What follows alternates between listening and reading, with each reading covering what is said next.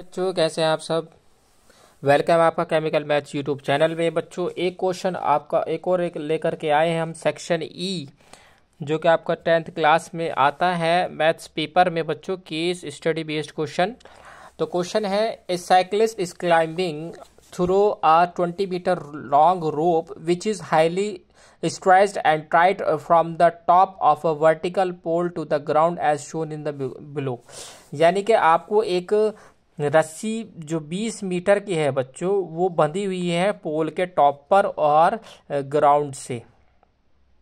तो उस रस्सी पर इसको जो साइकिलिस्ट है उसको क्लाइंबिंग चढ़ना है, ठीक है। तो based on the above information आपको फाइंड क्या करना है, find the height of the pole if angle made by rope with the ground level is 60 degree. अगर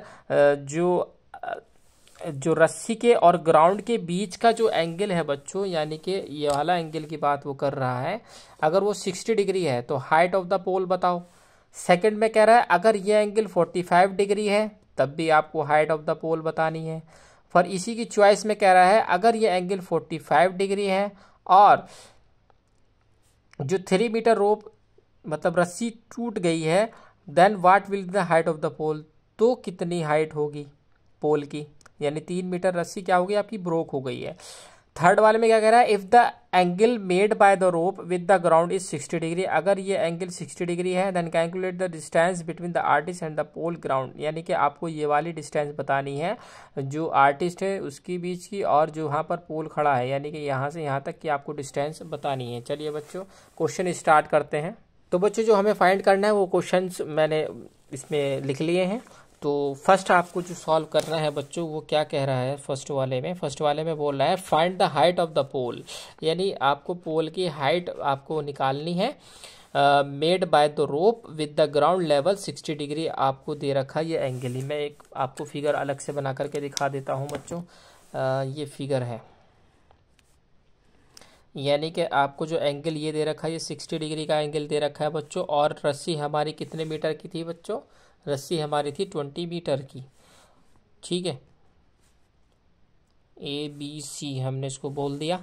तो पहले वाले में हमें जो फाइंड करना है वो करना है हाइट ऑफ द पोल, यानी AB हमें निकालना है। तो हम पहले तो सबसे पहले क्या लिख लेंगे, हमने फिगर बना ली, उसके पहले जो हमें चीज़ गिवन है बच्चों वो लिख लेंगे। तो हमें जो गिवन है वो गिवन है बच्चों, गिवन क्या है हमें, AC, यानी कि AC हमें गिवन है बच्चों 20 मीटर। एंगल C हमें गिवन है बच्चों 60 डिग्री और एंगल B हमें गिवन है 90 डिग्री। क्योंकि सीधा पोल है, वर्टिकल पोल है, तो 90 डिग्री तो होगा ही। तो हम लिख लेंगे इन ट्राइंगल ABC के अंदर देखिए, अगर मुझे निकालना क्या है बच्चों, AB निकालना है ना, और हाइपोटेनस दे रखी है। तो परपेंडिकुलर अपॉन में हाइपोटेनियस किस में होता है, साइन में होता है, यानी साइन थीटा क्या होता है आपका, परपेंडिकुलर अपॉन हाइपोटेनियस।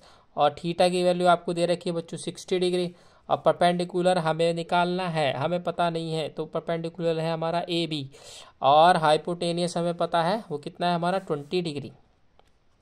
ओके बच्चों, तो साइन 60 की वैल्यू जो हमारी होती है वो होती है √3/2। AB हमें नहीं पता और जो हमारा हाइपोटेनियस था वो हमारा 20 था। तो क्रॉस मल्टीप्लाई कर लेंगे बच्चों, क्रॉस मल्टीप्लाई करते हैं। चलिए तो क्रॉस मल्टीप्लाई करके आ जाएगा √3 इक्वल्स टू 2AB।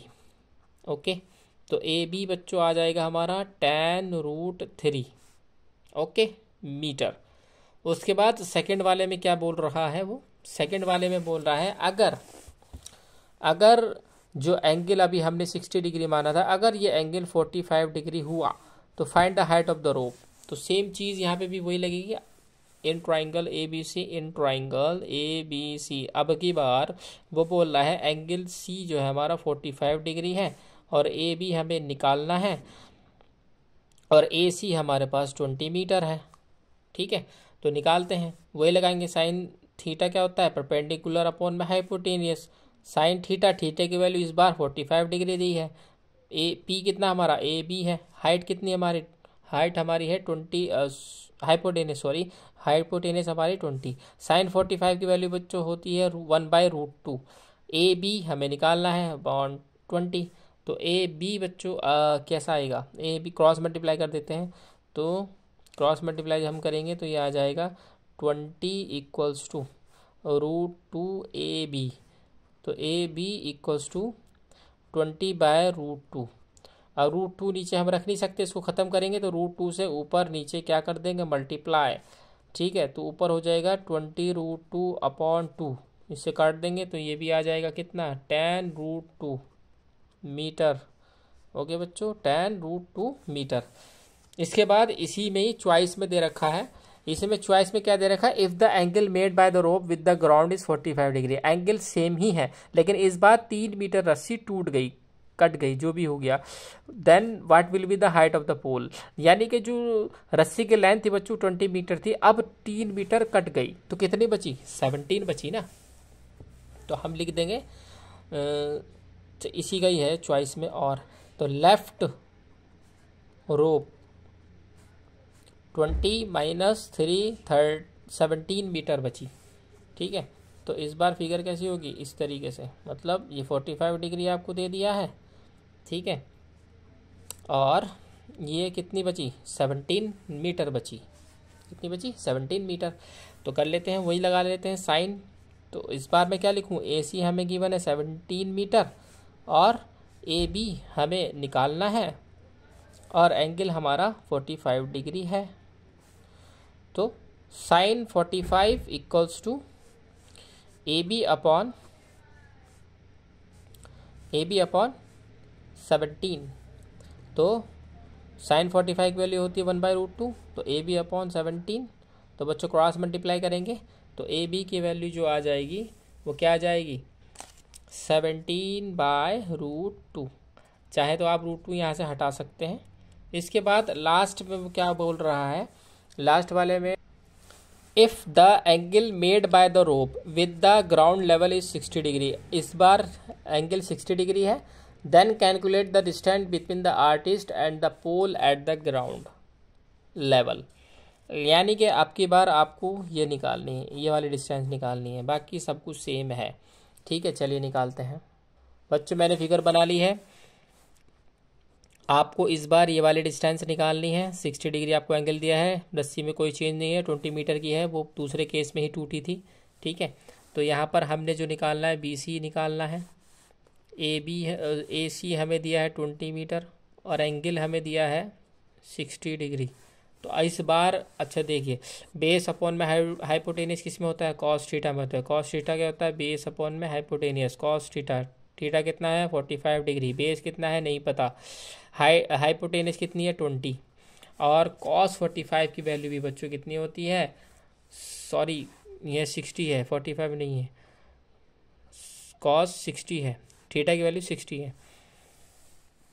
तो 60 की वैल्यू कितनी होती है, 1/2 equals to BC upon 20। Cross multiply कर देंगे, 20 इज इक्वल्स टू 2BC। तो BC की वैल्यू भी बच्चों कितनी आ जाएगी, 20/2। तो BC आ जाएगा आपका 10 मीटर। इसी के साथ बच्चों आपका क्वेश्चन होता है समाप्त। उम्मीद है आपको क्वेश्चन पसंद आया होगा, और इसी तरीके से प्रैक्टिस करते रहिए बच्चों। ये केस बेस स्टडी क्वेश्चंस हैं, ये आपको सेक्शन ई में मिलेंगे मैथ्स के पेपर में।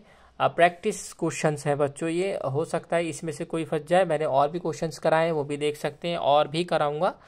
ठीक है, ऐसे ही लेता आऊँगा आपके लिए। ओके बच्चों, थैंक यू।